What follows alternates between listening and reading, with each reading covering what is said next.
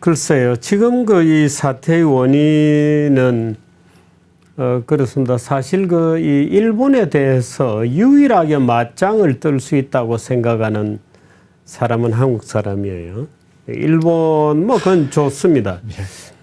일본에 대해서 굉장한 경쟁 심리를 느끼고 일본을 어떻게 보면 아주 깔보고 쪽발이 이런 이름으로 이제 우리는 부르고 사쿠라 이런 대표적인 이름으로 부르는 일본인을 아마 세계에서도 그렇게 낮추어 보고 깔보고 이 피칭으로 부르는 말하자면 안경을 끼고 이렇게 토끼 이빨을 이렇게 해가지고 있는 그렇게 이 아주 조직적으로 깔보는 나라는 한국밖에 없죠. 외놈이라고 그러면서 키 작다고 맨날. 근데 사실은 그 일본 같은 경우에는 19세기부터 그 유럽에 일본 풍이 유행을 하고 고흐의 그림에도 또는 이 피카소의 그림에도 영향을 줬다 할 정도로 일본 풍이 유럽의 상류 사회를 완전히 휩쓸 정도로 말하자면 독립적인 문화를 가지고 있고 누구든지 식별해낼 수 있는 그런 국가라는 것을 한국 사람만 인정을 하지 않아요. 물론 그건 그럴 수 있고 또 한국 사람은 또 이 중국에 대해서도 되뭐다 이런 말을 해서 되놈이다 이런 말을 짱깨라고 그러죠 그렇게 부릅니다만은 이 동북아 삼국이라는 게 다 이제 도토리 키재기들이죠. 도토리. 근데 좀 큰데요. 도토리가 약간 큰 도토리인데요. 아닙니다. 그 중국도 이 덩치만 크지 내용은 굉장히 허약해요. 그리고 중국은 지난 2000년, 2500년의 역사를 보면 예를 들어서 한, 송, 이 정도만 소위 한족의 국가이지 대개 중국은 누구든지 누구든지 밀고 내려가면 먹는 나라입니다. 누구든지 아마 고구려가 조금 어떤 기회가 있었다면 중국을 다 먹었을 거예요. 그럼 지금 고구려는 중국이 되어 있겠죠. 그렇게까지요? 아니 중국을 먹기는 굉장히 쉬워요. 그런데 누구라도 중국을 먹으면 자기가 중국이 되죠. 그렇게 해서 동북아에서 많은 민족들이 이제 중국을 점령을 하거나 중국을 정복을 하면 자기가 중국이 돼요. 그게 이제 중국이 오늘날 최대 규모의 국가로 커진 것이 마지막 청이거든요. 이제 청이 중국을 지배하면서 지금의 국경선이 그어지는 겁니다. 그러니까 중국은 사실은 계속 이 외부에서 달라붙어서 외부에 정복을 하면서 중국의 주인이 되고 중국이 된 거죠. 그래서 아마 고구려가 중국을 무너뜨렸으면 상상만 해도 좀 뭔가 좀 잘 됐을까 하는 그런 약간 만일에 그런 느낌입니다. 한국이 중국을 정복을 하면 한국도 중국이 되겠죠. 그렇게 되는 건가요? 그러면? 그럴 수도 있습니다. 여러 가지 재미있는 얘기입니다만은 문재인 정권은 일본에 대해서 세 가지 큰 잘못을 저질렀습니다. 이거는 일본에 대한 도발이었거든요. 그게 우리가 잘 알듯이 공교롭게도 2018년 10월 달에서 12월 1월 요 한 2, 3개월 사이에 그 모든 일이 집중적으로 터져 나왔습니다. 그러니까 일본이 아마도 경제 보복이라고 하는 것을 구체적으로 조금 넓은 범위의 경제적인 갈등을 예상한 것은 대개 2012년도예요. 2012년도, 13년도 요때 이제 그때 이제 이명박 정부에서 박근혜 정부로 넘어오는 과정에서 이명박 정부가 말기에 갑자기 그 헬기를 타고 독도를 갔거든요. 제가 이제 이명박 대통령하고 그 다음에 어느 기회에선가 굉장히 논란을 빚었던 적이 있습니다. 독도 문제는 소위 샌프란시스코 협정에서부터 논란이 되었던 그런 것인데 이명박 정부가 아무런 이유 없이 말하자면 일본 왕에 대해서 일본 왕이라고 칭하면서 사과를 해야 된다 말아야 된다 이런 얘기를 하면서 이제 그때가 2011년 12년 요 무렵입니다. 그러니까 그때 일본이 이제 안 되겠다라고 느꼈다가 최근에 구체적으로 아마 리스트를 갖다 놓고 연구를 시작한 것은 그렇게 먼 옛날이 아니고 아마도 작년 2018년 10월 달에 징용공 재판, 징용이 아니라고 하는, 그중에 일부는 징용공이 아니라고 하는 강력한 주장도 있습니다만은 징용공 재판이 10월 달이고 그다음에 그 강제징용 배상 판결이 11월 달이고 그다음에 위안부 합의 파기가 11월 달이었어요. 2018년 11월 21일이고 재판이 10월 30일, 위안부 합의 파기가 11월 21일. 그다음에 소위 광개토 대왕함과 일본 초계기 사이에 레이더를 조사했다 안 했다고 논란이 난 그게 2018년 12월 20일입니다. 예. 그러니까 그 10월 달에서 11월, 12월 이 가운데에서 이제 문제가 폭발했기 때문에 아마도 일본이 구체적으로 우리가 왜 작년에 불화수소를 일본이 일시 수출 금지했다는 것은 요 전이에요. 한번 테스트가 아니었을까 하는 그런 생각도 요 듭니다. 전이었는데 그때 사실은 이 한국 정부가 알았어야 되는데 예. 잘 몰랐습니다. 그때 불화수소를 규제하고 있다는 뉴스를 펜앤마이크가 전했었죠. 특종으로 예. 보내드렸거든요. 보내드렸는데 그때 우리가 취재가 더 안 된 것이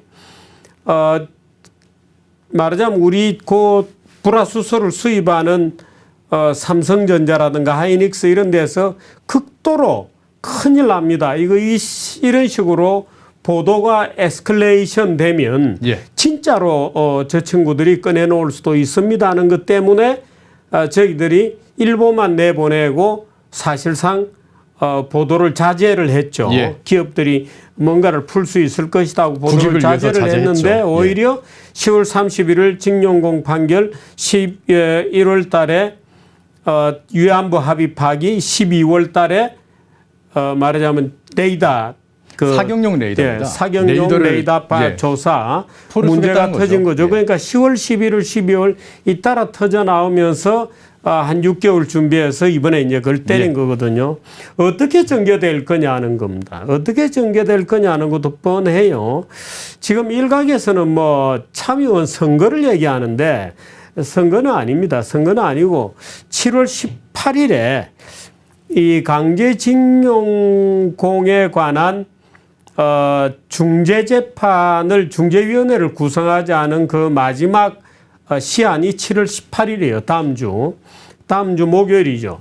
그런데 원래 이 그 한일 청구권 협정을 할 때 저 징용 문제 뭐 이런 보상 문제가 다 그때 논의가 되었어요. 예. 그래서 일본인 개인 단학가가 일본 말하자면 총독부가 아니고 개인 단학가가 개인으로 한국에 와서 열심히 돈 벌고 집도 사고 땅도 샀는데 그냥 쫓겨났잖아요. 예. 그럼 미군이 몰수했거든요. 뭐 말하자면 이런 땅 문제에 대해서 청구권이 없다. 또 저 징용공 미불 임금에 대해서는 청구권이 있다. 하고 이제 쭉 다 모아가지고 계산을 해서 청구권 협정을 매듭을 짓고 거기에 3조의 1, 2, 3항에 만일에 여기에 대해서 나중에 또 문제가 생기면 중재위원회를 구성을 우선 외교적 해법을 찾고 안 되면 양국이 중재위원회를 구성을 하고 예. 그래도 안 되면 3국이 중재위원회를 구성을 하는 것으로 하자. 이때 말하는 3국은 미국입니다. 예.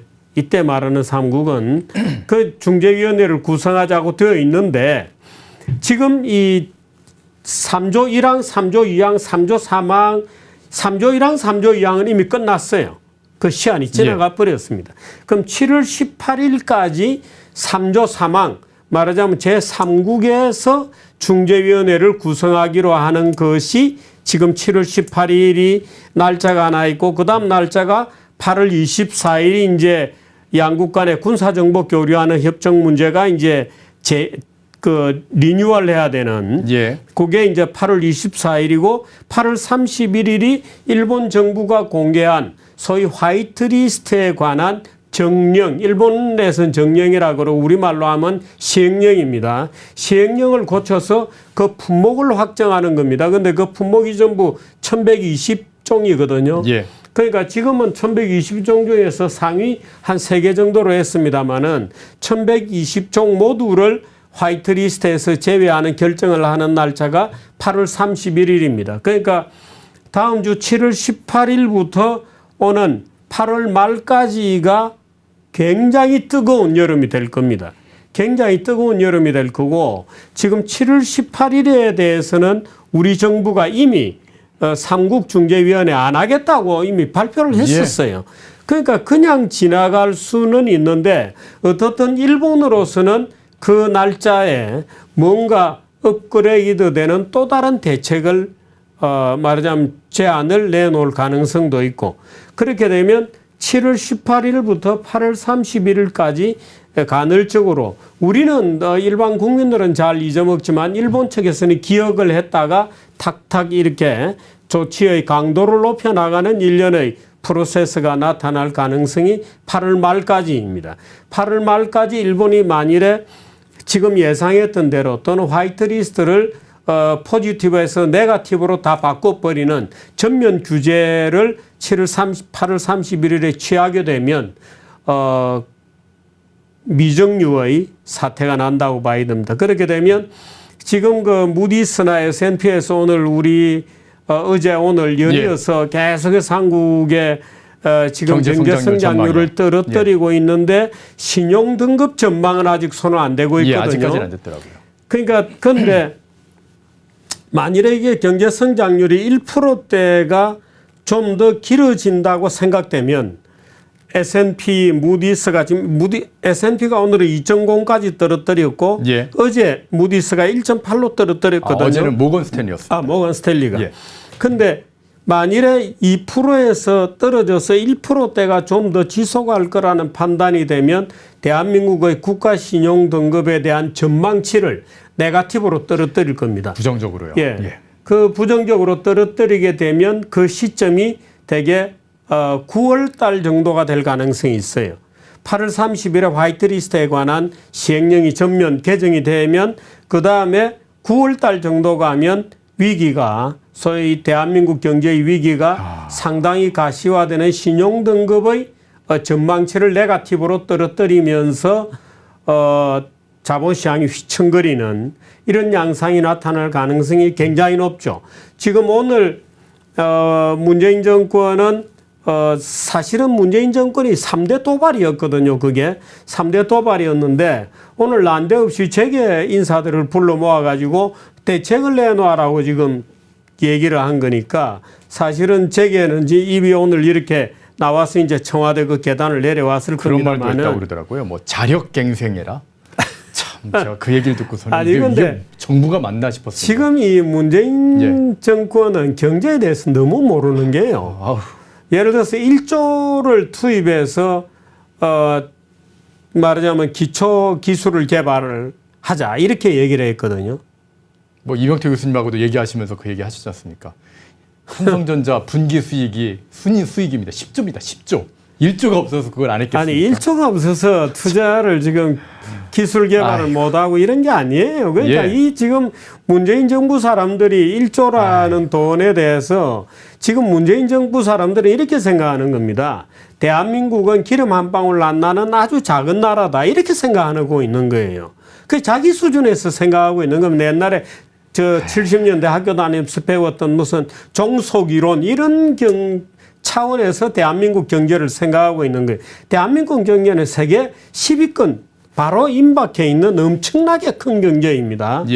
대한민국 경제는 무지하게 큰 경제인데 이 문재인 그 정권에서 볼 때는 대한민국 경제는 기름 한 방울 안 나는 가난한 농촌 국가 이렇게 지금 상상하고 있는 거예요. 그러니까 1조 줄 테니까 어떻든 뭐 기술 개발해라 이렇게 주장하는데 기술 개발이라는 게 그렇게 잘 안 되고 일본이 노벨 화학상을 탄 게 1948년입니다.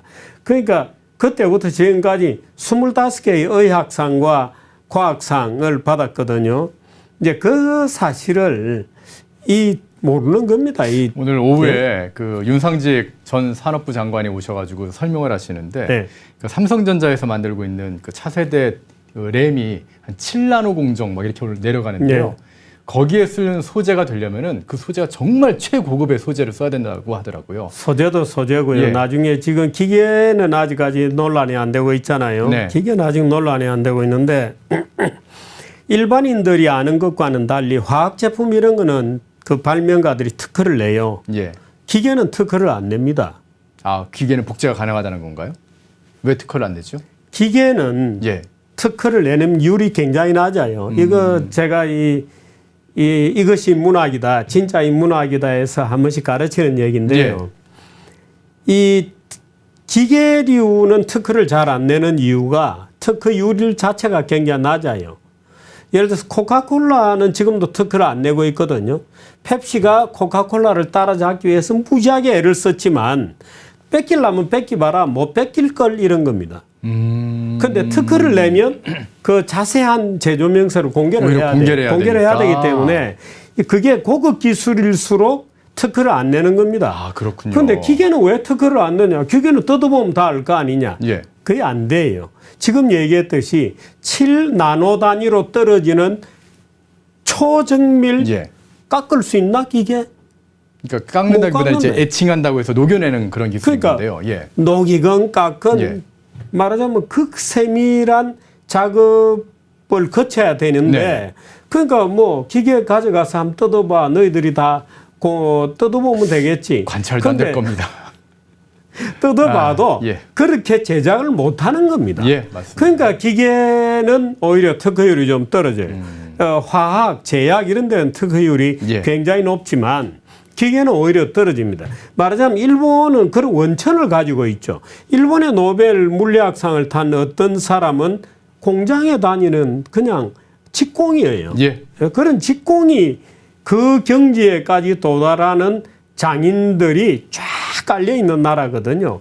그래서 저거를 하루아침에 오늘도 문재인 대통령이 청와대에서 수입선 다변화하고 원천 기술 개발하자고 얘기를 하면 아니 원천 기술을 개발하고 싶어 정말 속이 타는 사람은 기업 본인들이죠. 총수들이죠. 기업 본인들이죠. 근데 그러니까 아마 오늘 그 기업가들이 청와대에 앉아가지고 대통령 얘기를 들으면서 한숨만 푹푹 쉬었을 겁니다. 아, 진짜 기업가들이요. 예. 그 좌파한테 돈 주고 그냥 자초한 겁니다. 근데 어떻든 이제 이게 진짜. 제가 예. 지금 얘기 드렸듯이 7월 18일 다음 주부터 이제 차례차례 어떤 종류의 이 기일이 칼렌더가 이제 다가오거든요. 그렇게 되면 8월 31일 날 화이트리스트가 시행령이 완전히 개정되고 그렇게 되면 9월 달에는 신용 전망이 네거티브로 바뀔 가능성이 있으면서 어떤 종류의 굉장히 이제는 그 이 급류를 타고 급류지대를 통과해야 될 가능성이 있죠. 급류지대 끝에 폭포가 있을 건지 여부는 아직은 단언할 수 없습니다만은 급류지대로 들어간다. 9월 달부터는 이렇게 봐야 될 겁니다. 뭐 문재인 정부에서 국제 여론전한다 막 그런 소리 하고 있는데 정말 일본은 국제 여론을 어떻게 만들어가는 건지 사법재판소에서 어떻게 싸우는 아니, 한국 건지를 사람들은 너무 잘 알고 있는 것 같습니다. 한국 사람들은 국제시장에서 일본인 덕분에 그래도 한국이 득보고 있다는 것을 잊어먹고 있는 것 같습니다. 그렇습니다. 예. 18일 오늘 간사드립니다. 예, 고맙습니다.